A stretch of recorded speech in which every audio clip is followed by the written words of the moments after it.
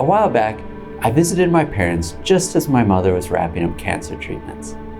During that visit, we took time to record 4 stories, 4 family stories that are especially meaningful to me. This story, the third in the set, is the most personal to me because growing up, this is the one I heard even more than the others. And my favorite way to hear the story was when Grandpa would tell me himself.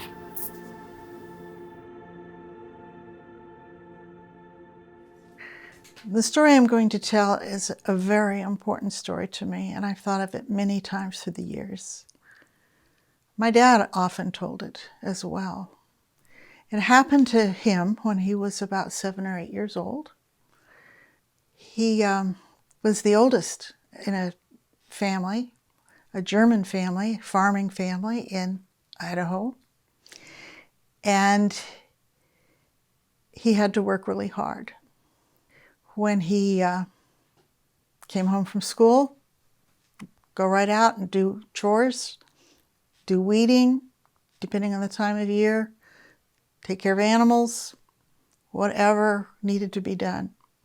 He was relied on. He was the oldest. He was the oldest boy.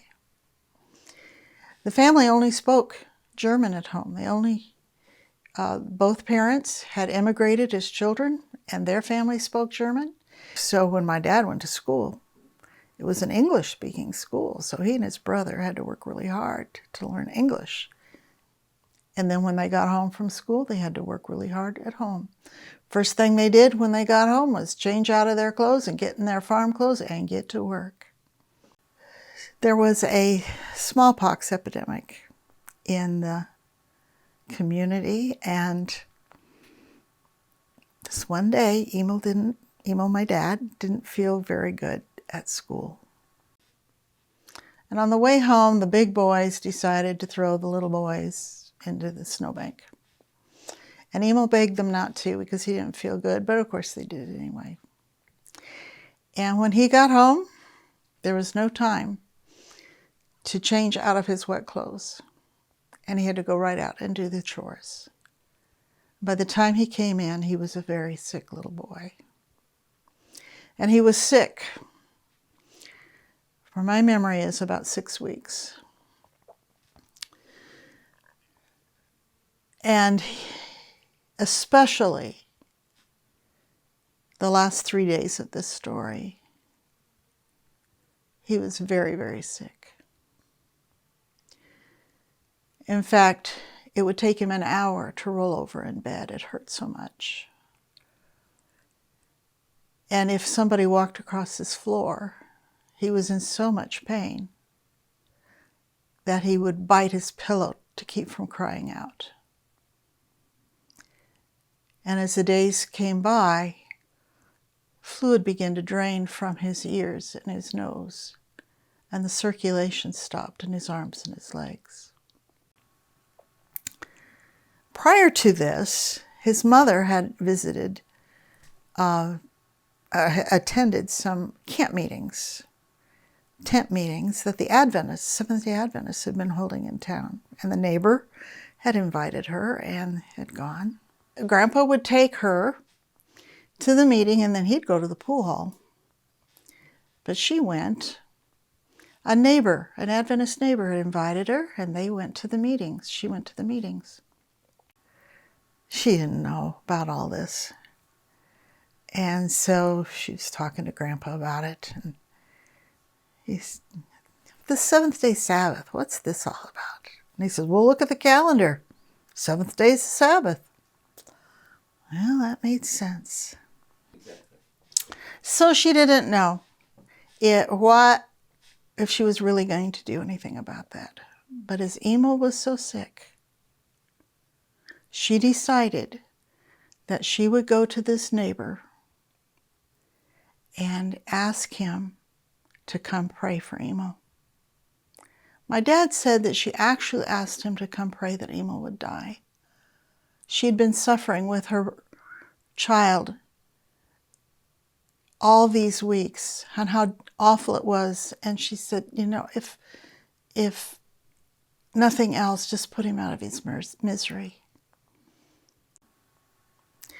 Well, before the neighbor came into the house, he stopped by and talked to Grandpa out by the farmyard, and he said, if God is willing, in this instance, if God chooses to heal Emil, will you get rid of your pigs?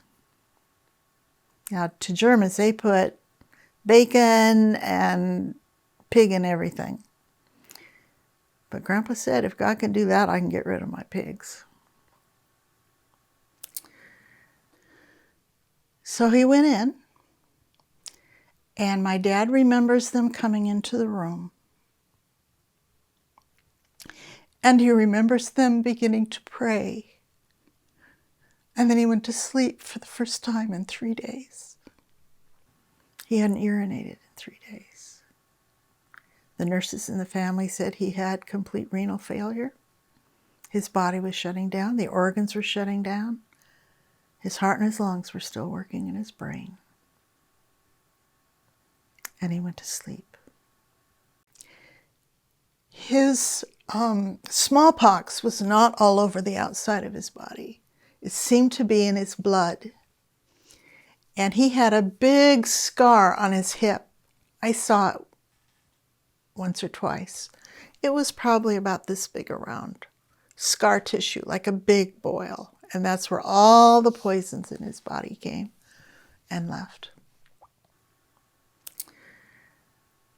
Emil was so sick that the doctor had said he was not going to come anymore. He had other children he could help, and Emil was going to die. In fact, he left the death certificate. Just not all filled in with the date yet.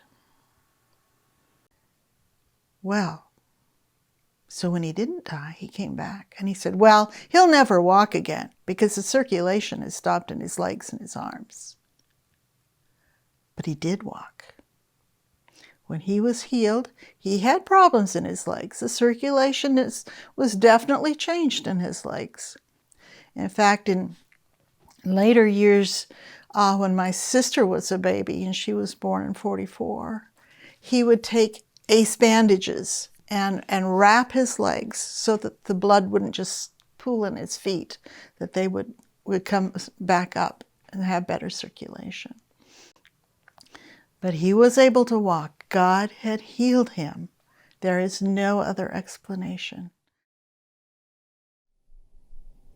Clearly, this is a pivotal story for our family. If my grandfather hadn't been healed, I wouldn't be here to tell the story.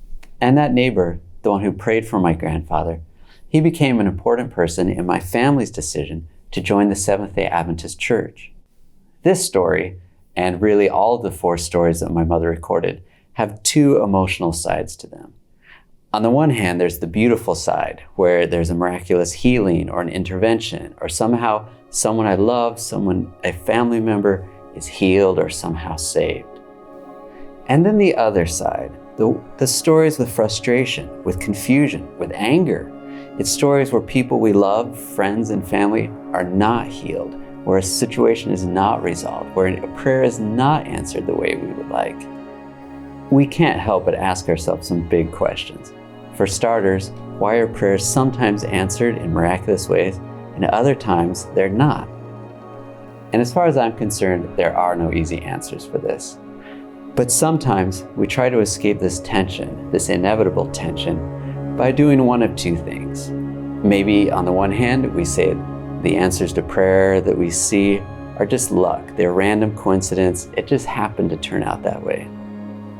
And maybe that way we discount that that's what's going on. Or others of us will say everything that happens is God's will. This is just what God wants for us. It's beyond our understanding, so just accept it with faith and don't even try to understand. I am personally no longer content with either of these approaches, either of these ways to quickly get out of the tension, out of the confusion. I certainly don't have the answers to these big questions, but for now, as I sit in the tension, I do believe that sometimes God intervenes, and sometimes God does not get God's way. From a Christian perspective, we are not in a perfect heaven yet.